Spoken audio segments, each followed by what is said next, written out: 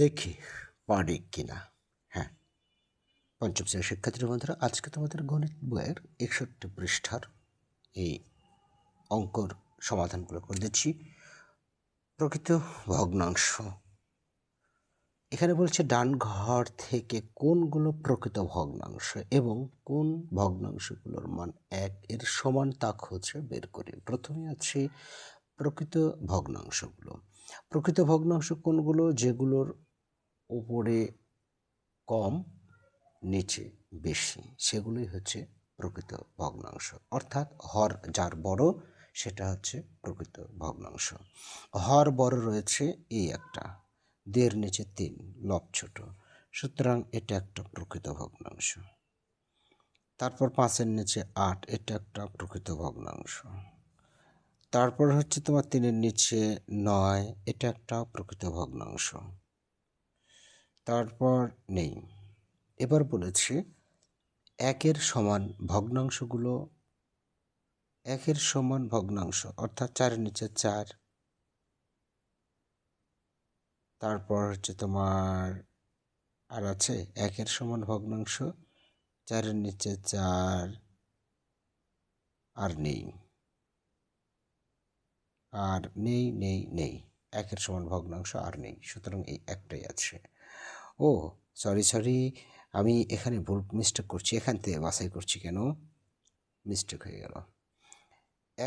এখানে বলছে 1 সমান ভগ্নাংশগুলো কোনটা, তো 1 নিচে 1,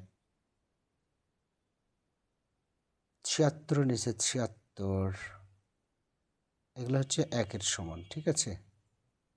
তারপর 3 নিচে 3, এগুলো হচ্ছে 1 সমান।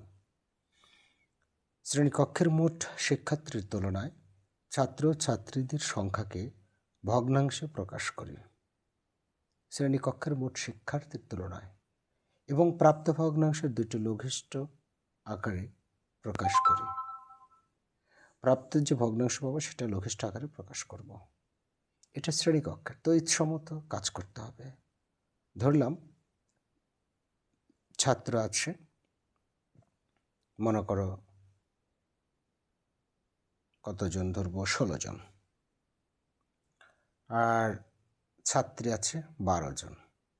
তাহলে এটার যদি শিক্ষার্থী তুলনায় ছাত্রছাত্রীদের সংখ্যাকে ভগ্নাংশ প্রকাশ করি, তাহলে একটা হচ্ছে 12 আর একটা হচ্ছে 16। এটাকে লঘিষ্ঠ রূপ প্রকাশ করলে 2 দিয়ে যদি ভাগ করো তাহলে হবে উপরের 6, 2 দিয়ে ভাগ করলে হবে 8। এটা একটা বলছে দুইটি লঘিষ্ঠ আকারে প্রকাশ করে। তারপর আবার এটাকে যদি দুইটা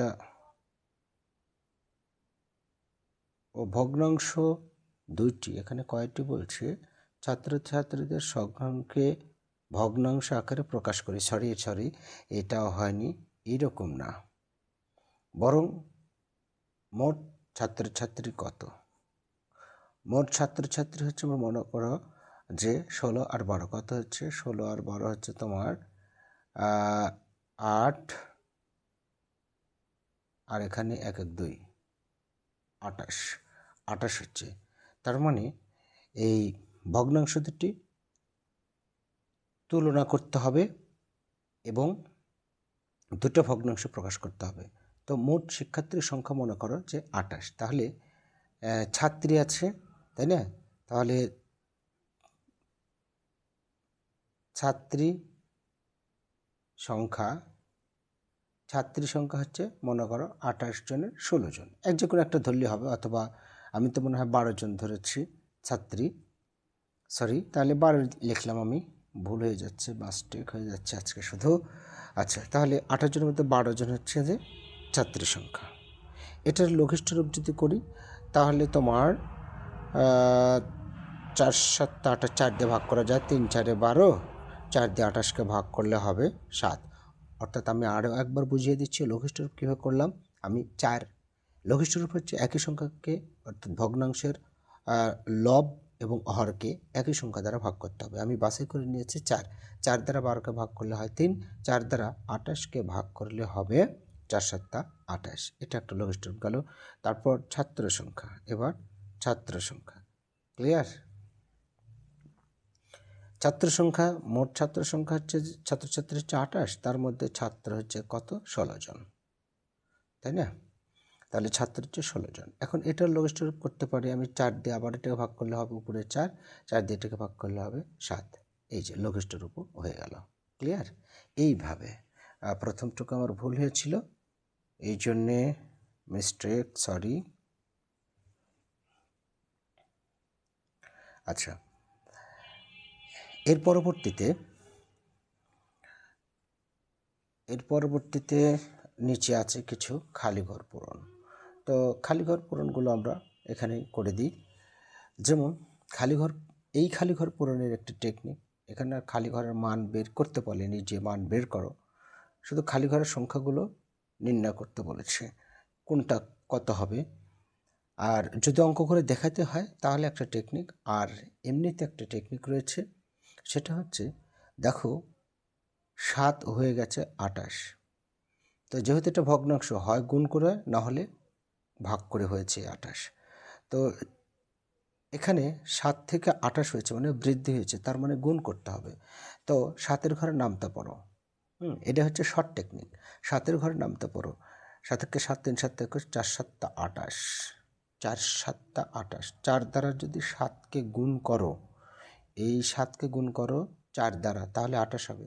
সুতরাং ওই 4 দ্বারাই আবার 3কে গুণ করতে হবে, তাহলে হবে 12। ওকে, 4 × 7 = 28, 3 × 4 = 12।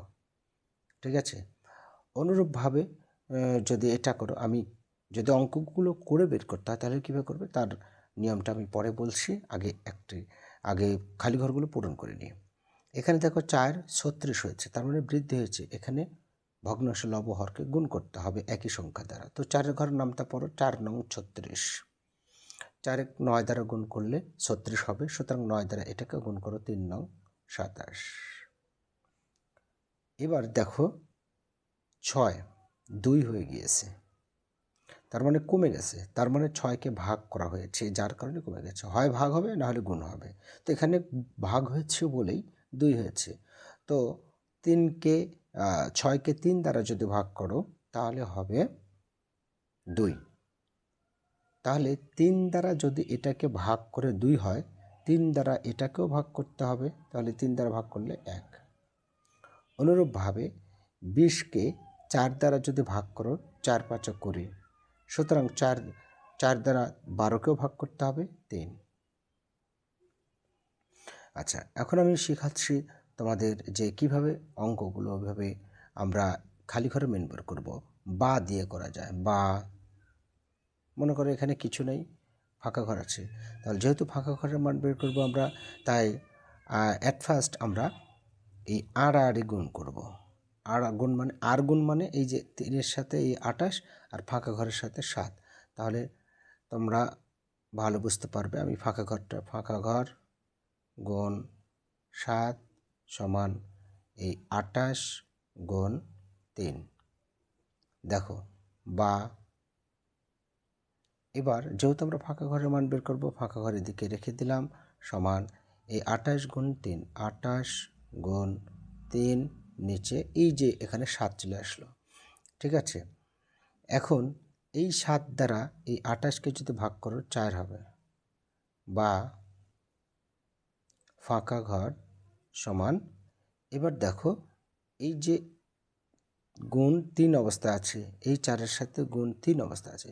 আমরা 28-এর সাথে গুণ 3 পেয়েছিলাম, তো 28কে ভেঙে যে 4 লিখলাম, এখন এই 4-এর সাথে গুণ হচ্ছে, 3 × 4 = 12, তাহলে ফাঁকা ঘরের মান কত হলো? 12। অতএব এইবার অঙ্কটা তুলে তারপর ফাঁকা ঘর লিখে এখানে 12 লিখবে, আর নিচে যা আছে তাই। এইভাবে যদি অঙ্কগুলো করে দেখাতে হয় তাহলে এইভাবে করবে। ঠিক আছে, এই সবগুলো ঠিক আছে, আর গুণ করবে তাহলেই হয়ে যাবে। মনে করো যে আর গুণ মানে এটার সাথে এটা গুণ আর এটার সাথে এটা গুণ, যেহেতু ফাঁকা ঘরের মান বের করবে তাই ফাঁকা ঘরটা আগে লিখবে, তাহলে অঙ্কগুলো সহজ হবে। আশা করি বুঝতে পেরেছ। তারপরে নিচে হিসাব করি আছে, 1 নম্বরে 4 নিচে 15 আর যোগ 2 নিচে 5। এই হিসাব করিটা আমরা সমহর বিশিষ্ট ভগ্নাংশ দ্বারাও করতে পারি, সুতরাং আমরা এই বই করে দেব আমরা। সমবিশিষ্ট ভগ্নাংশ দ্বারা যদি হিসাব করি তাহলে 15 এবং 5 এর লসাগু বের করতে হবে। 15 এবং 5-এর লসাগু কিন্তু 15ই হবে। এবার কি করবে, 15 5-এর লসাগু যেহেতু 15, তাই দুইটাই 15 লেখো। এটা টেকনিক আছে, দুটো ভগ্নাংশ তাই দুটো 15 হর নিয়ে নিলাম। এবার এই 15 দ্বারা এই 15কে ভাগ করো, কত হবে 1, 1 দ্বারা এটাকে গুণ করো 4।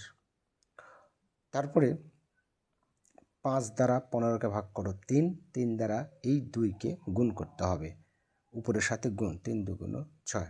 তাহলে লক্ষ্যই করছো এখানে কত হলো, হচ্ছে তোমার 15 আর 4 8 6 10 হলো হচ্ছে 10। এটা লঘিষ্ঠ রূপ করা যায়, 5 দিয়ে ভাগ করলে 10কে 2 হয়, 5 দিয়ে 15কে যদি ভাগ করো তাহলে 3 হয়, এই হিসাব 2-এর নিচে 3। আচ্ছা, অনুরূপভাবে এটাকে যদি আমরা করি, অ্যাট ফার্স্ট যেহেতু বিয়োগ, আমরা দুটো ভগ্নাংশের রেখা টেনে নিলাম। 3 এবং 15 এর লসাগু হবে 15ই, 3 5 15, হ্যাঁ 15ই হবে। তাহলে দুটো 15 লিখে নাও দুটো ভগ্নাংশের জন্য। এটা শর্ট টেকনিক, সবসময় মনে, এটা হচ্ছে শর্ট টেকনিক। তারপর তোমার এই 3 দ্বারা 15কে ভাগ করো 5, 5 দ্বারা উপরের সাথে গুণ করো 10, 15 দ্বারা এই 15কে ভাগ করো 1, এই 1 দ্বারা 7কে গুণ করো 7। শর্ট টেকনিক এগুলো। তাহলে কত হচ্ছে 15 আর উপরে 10 বিয়োগ 7, তাহলে কত হবে, হচ্ছে তোমার 3-এর নিচে 15, 10 থেকে 7 বাদ দিলে।